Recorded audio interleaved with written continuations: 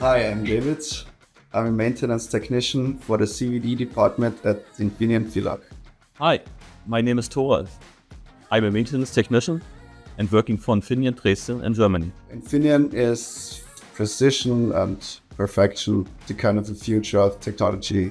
Infineon stands for me for innovative company. The most interesting thing is the new smart power setup now Infineon is building here, because you can see the building rising up every day.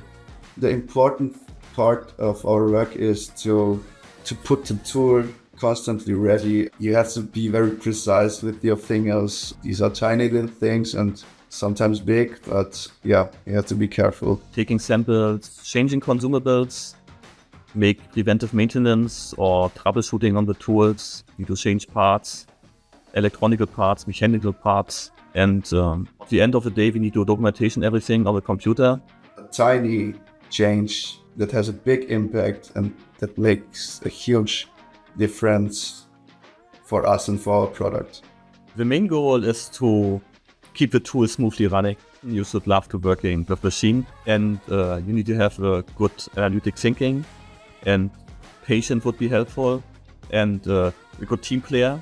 So Infineon is a world of its own. Everybody is respectful to each other and you are happy when you go to work.